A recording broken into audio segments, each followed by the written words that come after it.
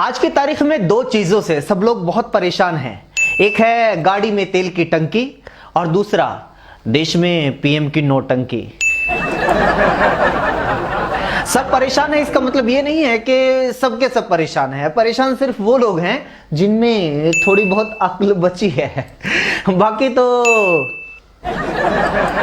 जी हाँ, इन मोदी भक्तों को कोई फर्क नहीं पड़ता, क्योंकि एक रिसर्च में पता चला है कि मोदी समर्थकों को महंगाई और शर्म दोनों महसूस नहीं होती। महसूस होगी भी कैसे? इन लोगों ने महंगाई को जस्टिफाई करने के लिए अपने ही लॉजिक निकाल रखे हैं। 120 रुपए लीटर? या तुम्हें नहीं लगता कि ये पेट्रोल बहुत ज्यादा महंगा हो गया है? महंगा? लाखों रुपए की गाड़ी खरीद सकते हो, 120 रुपए का तेल नहीं डलवा सकते। 500 रुपए की दारू की बोतल पी जाते हैं लोग, वो महंगी नहीं लगती। ये देखो ना, नींबू भी कितना महंगा हो गया है। 15 रुपए का एक नींबू, कोई बात है? मूवी देखने जाते हो तो मॉल में मिलने वाली 250 रुपए की कोल्ड ड्रिंक इनको महंगी नहीं लगती, लेकिन बेचारे रेहड़ी वाले का 15 रुपए का नींबू इनको महंगा लगता है। वाह! प्याज टमाटर फिर से 100 रुपए किलो हो गए हैं। खरीदना मुश्किल हो गया भाई साहब। कमाल है, 100 रुपए किलो प्याज टमाटर में से एक एक प्याज टमाटर का बना पिज्जा 500 रुपए में गटकने वाले, उनको 100 रुपए किलो प्याज टमाटर महंगा लग रहा है। वाह! मतलब इन मोदी भक्तों को लगता है कि जिस देश में 80 करोड़ लोग 5 किलो सरकारी राशन पर डिपेंड करते हैं, उस देश में सारे लोग अपना काम धंधा छोड़कर या तो दारू पीने में लगे हुए हैं या फिर मॉल में मूवी, कोल्ड ड्रिंक और पॉपकॉर्न एंजॉय कर रहे हैं, और वो लोग रोटी की जगह तीनों टाइम पिज्जा खाते हैं।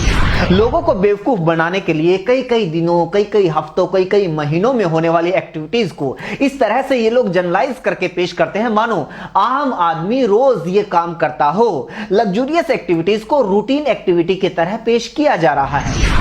ये लोग जानबूझकर तेल का कंपैरिजन तेल के साथ नहीं करेंगे, तेल का कंपैरिजन करेंगे शराब के साथ, नींबू का कोल्ड ड्रिंक के साथ, सरसों का पिज्जा के साथ।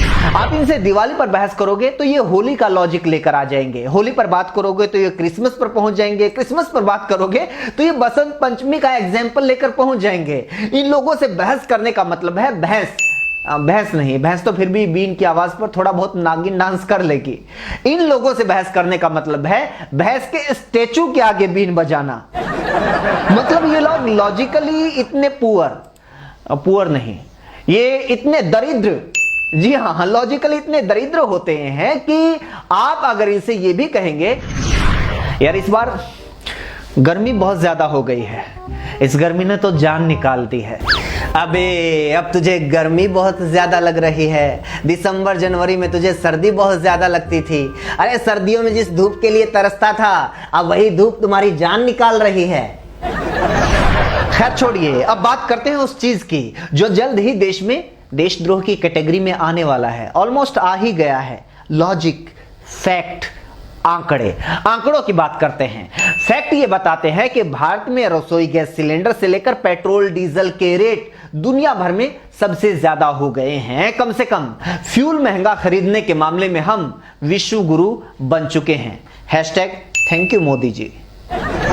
जी हाँ, एलपीजी रसोई गैस की कीमत भारत में पूरी दुनिया के देशों के मुकाबले सबसे ज्यादा है। पेट्रोल के रेट की बात की जाए तो हम पूरी दुनिया में तीसरे नंबर पर आते हैं। डीजल के मामले में हम 8वें नंबर पर आते हैं। परचेजिंग पावर पैरिटी पीपीपी, इसके आधार पर पूरी दुनिया में चीजों की कीमत और महंगाई को नापा जाता है, क्योंकि अलग अलग देशों की जो करेंसी होती है उसके हिसाब से अलग अलग रेट सामने आते हैं। लेकिन आपस में अगर तुलना करनी हो, कंपैरिजन करना हो, उसके लिए ये पीपीपी मॉडल अपनाया जाता है। इससे किसी भी देश में किसी भी चीज की एक्चुअल कीमत का पता लग जाता है।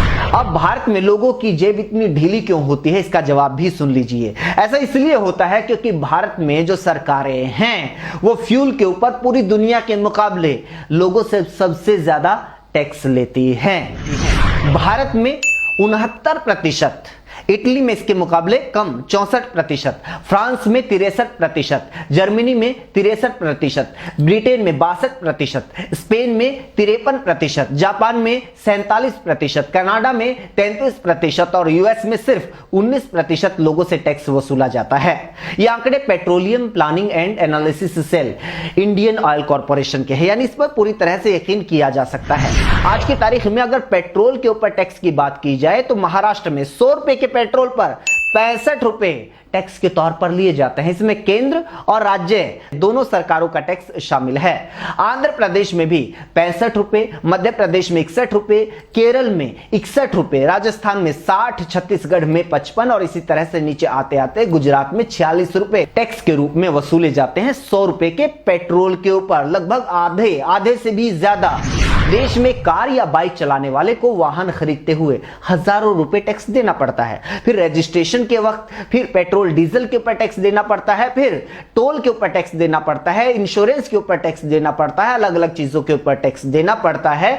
यानी एक आम आदमी जिसकी शायद औकात भी नहीं है कोई व्हीकल लेने की, उसको व्हीकल लेना पड़ता है, क्योंकि हमारे देश में सरकारों ने पब्लिक ट्रांसपोर्ट की जो हालत बना रखी है उसको देखते हुए आम आदमी उससे बचना चाहता है। इसलिए किसी भी तरह से अपना पेट काट कर अपनी गाड़ी कमाई से वो कोई बाइक या कार लेना चाहता है ताकि उसे पब्लिक ट्रांसपोर्ट का कम से कम इस्तेमाल करना पड़े, लेकिन उसके ऊपर टैक्स के ऊपर टैक्स थोपा जा रहा है। इसी के साथ इस वीडियो ब्लॉग में इतना ही। आप लोगों की जानकारी कैसी लगी कमेंट करके जरूर बताइए। इस वीडियो को और लोगों तक पहुंचाने के लिए ज्यादा से ज्यादा शेयर कीजिए। हमसे जुड़ने के लिए हमारे यूट्यूब चैनल को जरूर सब्सक्राइब कर दीजिए, बेल आइकन को जरूर प्रेस कीजिएगा। फेसबुक पर देख रहे हैं तो पेज को लाइक